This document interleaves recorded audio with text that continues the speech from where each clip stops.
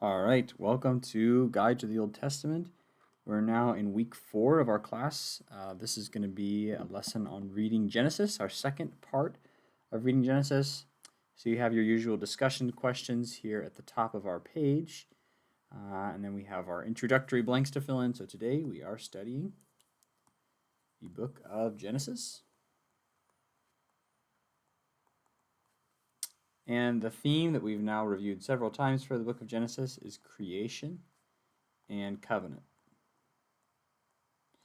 Now, since we already did chapters 1 through 12 essentially last week, today's lesson is going to focus on chapter 12 again, up through chapter 50 of the book. So, really, that second portion of the book that focuses on the patriarchs as opposed to those first 11 chapters. And last week, we also talked about the basic facts of this book, who wrote it, kind of how it's structured. So, today I want to look at some key themes instead of the facts. So one of the key themes that we're going to see show up again and again in this book is the promise in danger. Now let's review what promise we're talking about here throughout this book, the book of Genesis. We're talking about the promise given to Abraham in chapter 12 of Genesis, the promise that he would be given, or his descendants would be given the land of Canaan to live there, and they'd also be given numerous offspring. So he'd become a great nation, Abraham would, and then also that he would have blessings. So he himself would be blessed, people who bless him would be blessed, and eventually that Abraham and his family would become a blessing to all the families of the earth. Now, throughout Genesis, we're going to see situations where those promises are in danger. They're threatened by something from the outside, like a famine or infertility, and we're going to see the ways that God overcomes each one of those threats to those key promises. And another threat that the promise consistently faces is our second theme here, conflict between brothers. Right? So we already saw this kick off with Cain and Abel in chapter 4 of Genesis. But we're going to see this again with Isaac and Ishmael, and then Jacob and Esau, and then Joseph and his brothers. The way that God's blessing causes conflicts to come about among his people. And then the last one, again, this is related to the promise to Abraham. We're going to see a theme of blessing and cursing within the book of Genesis. So as you pay attention to how people treat Abraham and his family, you're going to see a corresponding blessing and cursing coming to those people. Right? So really, reading Genesis is an exercise in watching these promises given to Abraham play out across a whole series of narratives. So let's talk about now the shape of these later chapters of Genesis. And we need to mention something here that we didn't mention in our first lesson about Genesis, but that's really significant, which is this phrase, this word, the generations. The generations, in Hebrew, this word is toledot. It's kind of a famous Hebrew word. Sometimes you'll see this word translated as family records. I think that's how the NIV translates it. And this is a major structuring device that's used in the book of Genesis. So let's look at a particular passage here. Pull up our Bible. This is Genesis 11, the last part of Genesis 11 that we're looking at here. You see where it says, "Now these are the generations of Terah," right there, the first line of verse 27 there. Terah fathered Abram, Nahor, and Haran. That kind of a introduction, these are the generations of such and such a person, that's going to be really key for grasping kind of the big structure of the book of Genesis. Those phrases show up all the time. And the way they work is maybe not what you'd expect. When you get, for example, the family records or the generations of Terah, that really refers to the story or the genealogy of Terah's children and their children. So, for example, when we get this story, the family records of Terah, what we get for the next 20 chapters or so is the story of Abraham and Abraham's children. So it's not the story of Terah. Terah's barely even a character. He's dead by chapter 12.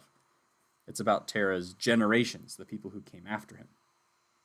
Okay, so we're going to kind of try to keep track of that device as we walk through the shape of this book in 3 major stages.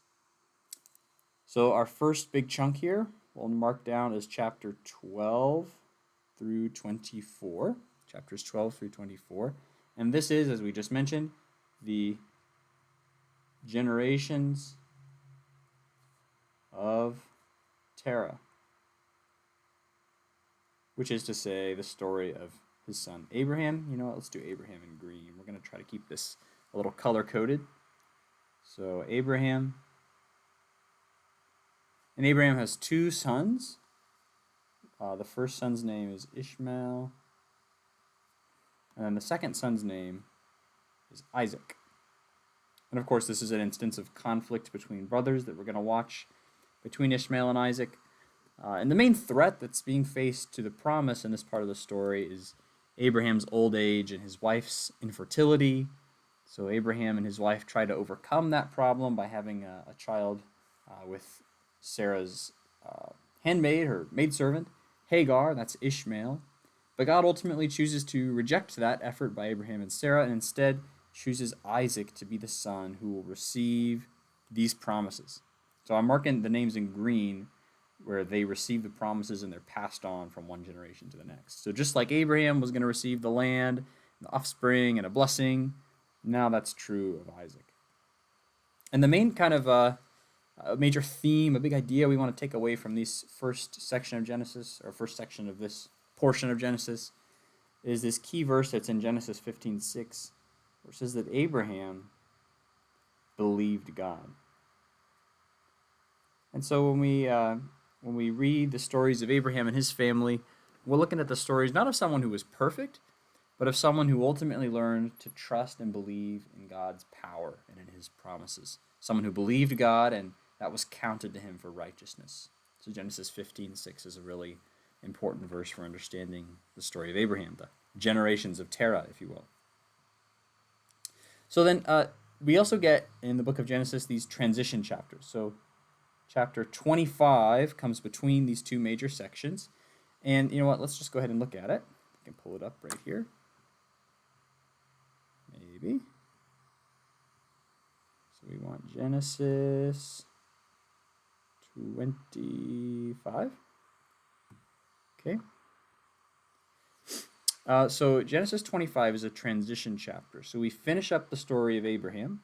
Abraham took another wife. Her name was Keturah. He had all these children with her. And we don't really care about them, right? They're not characters in the story, but just kind of, just gives you a little summary of who Abraham was. And then he dies in the story. And then you get, these are the generations of Ishmael. Now you might remember, this is in verse 12 here, the generations of Ishmael.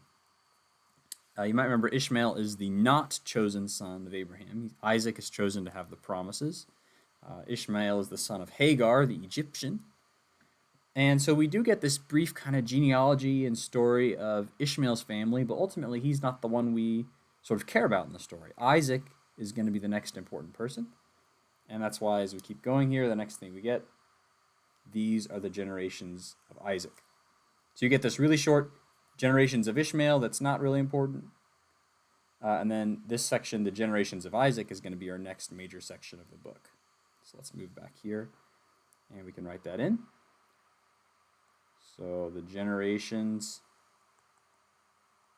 of Isaac now. And over here we had just a short little genealogy of Ishmael. His generations don't matter that much for the story that Genesis is trying to tell. Now again, Isaac has two sons. This time they are twins, and their names are Jacob and Esau. Jacob ends up being the chosen son, even though he is the younger of the two. This is where we get that famous phrase from the Bible, that the older will serve the younger. Another major theme in the book of Genesis is that kind of idea of the switching of the birthright. And so you get the story of Esau selling his birthright for a pot of stew, and Jacob tricking Isaac when Isaac is blind in his old age, and stealing the blessing from Esau. And Jacob really is this kind of ambiguous character in some ways. He's hard to figure out. Is he following God? Is he not? Is he trusting God? Is he not? Does he really believe these promises or not? But at the end of the day, he sort of comes out ahead and receives these promises that we've been talking about. He is the heir of those promises. And kind of the symbolic summary of the story of Jacob is when he wrestles with God. So this is a story toward the end of Jacob's life when he's coming back to the promised land, and he's going to meet Esau again, and he meets the angel of the Lord and wrestles with God there, which is what his new name means. So Jacob is renamed Israel, a name which means or sounds like wrestles with God. So Jacob is this kind of more ambiguous fellow, but he wrestles with God. And then the same kind of pattern repeats again. So we get a transition chapter. Oh, I should mark. This is like chapters 25 through 35 is the generations of Isaac. And then chapter 36 is another transition chapter. So here we get a really brief generations of Esau. But again, it kind of peters out.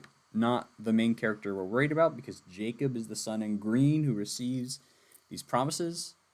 And so the next major section, beginning in chapter 37, that runs all the way to the end of the book, is called the generations of Jacob. I should put Jacob on the next line. Got to keep the format consistent. Right, so you can see that generations of Jacob on the beginning of chapter 37. You get that phrase.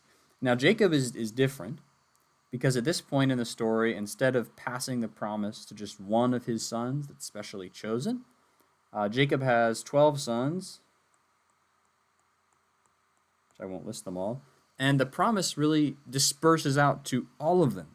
Right, so now the land and the offspring and the blessing, they're going to belong to this whole family that will eventually grow into a great nation. So the whole nation's going to inherit the land of promise, and they're going to be numerous and have this promised leader, this king. They're going to be blessed by God and be a blessing to the world. And so at this point, the promise splits up in that way. But there's still two brothers who are most prominent in these stories of chapters 37 through 50. And those brothers are Judah and Joseph. And often these chapters are characterized as the Joseph narrative, the story about Joseph, how he's betrayed by his brothers and is sold into Egypt. And he eventually becomes ruler of the whole land of Egypt, or second only to Pharaoh, and saves his brothers from a famine by his administration and his ability to interpret dreams. But actually, if you read it closely, you'll notice that Judah is very much a prominent character in the story as well. He has his whole own chapter in chapter 38 that baffles a lot of people. He's the main spokesman for the brothers when they come to meet Joseph in Egypt. So Judah is very important in these chapters 37 through 50, the generations of Jacob as well. And those two characters really become the focus in the last two chapters of the book of Genesis, chapters 49 and 50.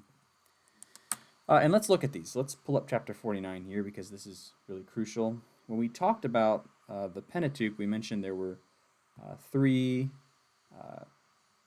kinds of passages we were going to run into.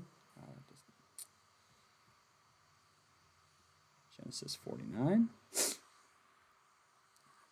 We mentioned there would be stories and then laws and also poetry. And this is the first time we're going to get to look at a major poem in the Pentateuch. So this is Jacob here is on his deathbed, Jacob or Israel. He calls his sons together, and he's going to tell them what shall happen to you in days to come, or sometimes that's translated at the end of days. In other words, Jacob's looking far into the distant prophetic future, even the eschatological future, and he's going to tell what's going to happen to his 12 sons. And so he goes through the sons, right? Here's Reuben right here, Simeon and Levi. But there's two sons who get the most attention paid to them. Look at this long chunk right here. This is devoted to Judah. And Judah has this really interesting promise. He's called a lion's cub. And he gets this promise here. The scepter shall not depart from Judah, nor the ruler's staff from between his feet. The idea being that the line of Judah is going to be a royal line. Kings, rulers are going to come from him. Perhaps one ruler in particular who will crush the serpent under his feet. Right, so the royal seed of Abraham that we've been tracking in the book ultimately is promised to Judah. It's going to come from him. And this is why in the New Testament and in Christianity in general, Jesus is often referred to as the Lion of Judah. It's a reference back to this passage right here.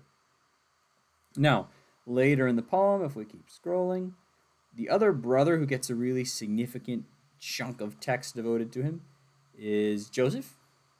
So here he is right here, and he has this really long section of poetry about him. A really significant feature of it is the repetition of this word bless.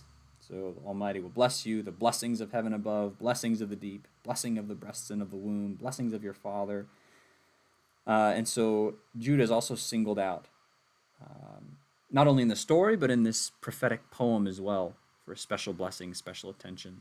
And that's ultimately going to correspond to the north and the south when Israel splits into two kingdoms. So the southern kingdom is Judah, the northern kingdom is Ephraim, which is the son of Joseph. Let's just draw here for chapter 49.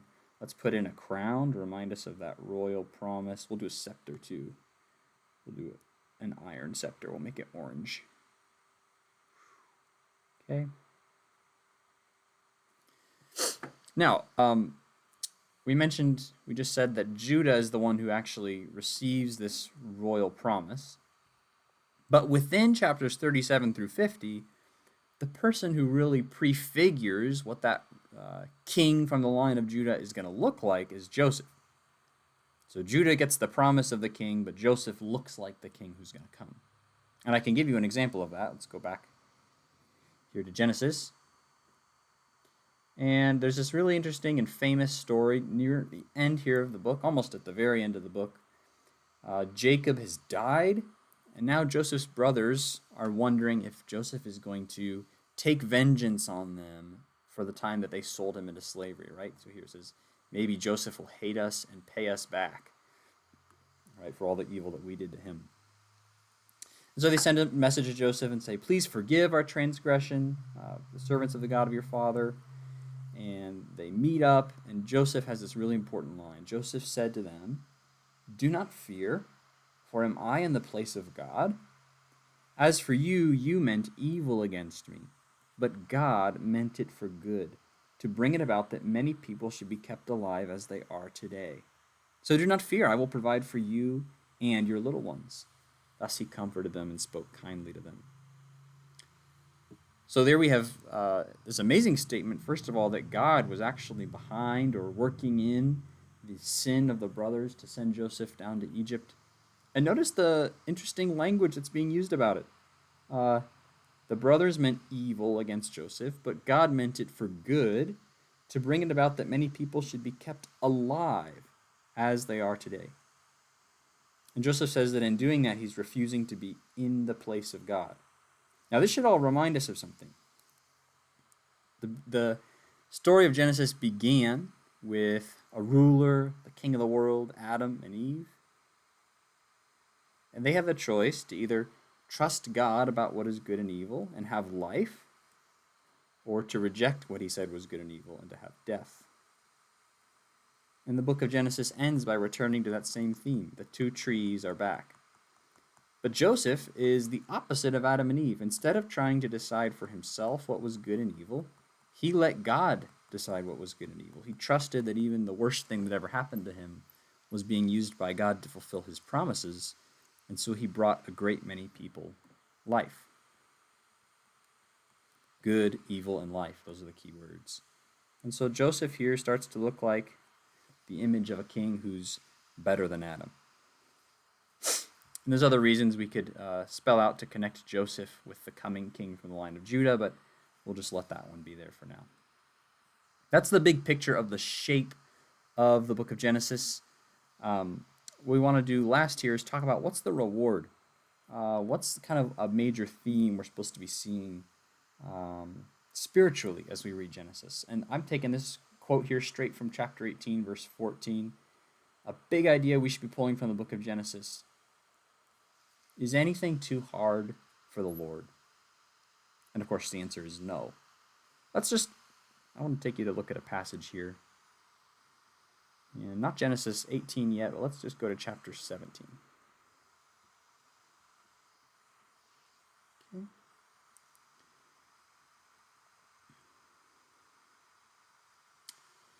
So here God is appearing to Abraham, and he says to Abraham, this is before Isaac is born, but Ishmael has already been born, the son of the slave woman. And God says, as for Sarai, your wife, you shall not call her name Sarai, but Sarah shall be her name. I will bless her. And moreover, I will give you a son by her. I will bless her, and she shall become nations. Kings of peoples shall come from her. Now, this is a very hard to believe promise for Abraham because Sarai has always been infertile, and she's really old. So it says, Abraham fell on his face, and he laughed. That's the key word right there. And he said to himself, shall a child be born to a man who is 100 years old? Shall Sarah, who is 90 years old, bear a child? And Abraham said to God, oh, that Ishmael might live before you. In other words, God, accept this son that we've already worked to provide for you to work your promises in. Like, make Ishmael the chosen one. And God said, no, but Sarah, your wife, shall bear a son, and you shall call his name Isaac. Now, if we look at our footnote here, Isaac means he laughs. So back here, Abraham fell on his face and laughed and said to himself, shall a child be born to a man who is 100 years old? And so God comes back and says, yes, it's going to happen, and you're going to name him, he laughed. Which is great, right? The idea being that as God is going about fulfilling these promises to Abraham, he's doing it in ways that seem so impossible that only he could ever do them. The kind of things that are just laughable on the human level are exactly what he's going to do to fulfill these promises. And so that takes us to this key verse, 18, verse 14. Is anything too hard for the Lord? No, nothing's too hard for the Lord. And Genesis proves it. Over and over again, there's these enormous threats to the promised seed, and yet God overcomes them powerfully and in amazing ways that we could never even imagine. And it's a prompt for us to trust God and his promises. Right? We have promises given to us by God, like think of Romans 8, that God works all things together for good for those who love him. And in some ways, that's almost a laughably silly thing to believe. That the horrible things that people experience, that Christians experience, the pain that they have in life, that could ever be used for good, that God could be working out a good purpose in that. But one of the messages of Genesis is that there's nothing too hard for the Lord. By the time we turn the page to the book of Exodus and see the plight of Israel in Exodus, or in Egypt, and God says he's going to rescue them and bring them up out of Egypt, this great empire, that's almost laughable, right? That this enslaved people would become a great nation and that they would live in the promised land. But if we've read Genesis carefully, we're already ready to believe that nothing's too hard for the Lord. Even if a woman is 100 years old and has always been infertile, he can make that person give life to a child. So I think that's really maybe the key lesson we should be taking away from this section of Genesis. It's just a huge offer in this book to trust God that nothing is past what he's able to do when he sets out to fulfill his promises.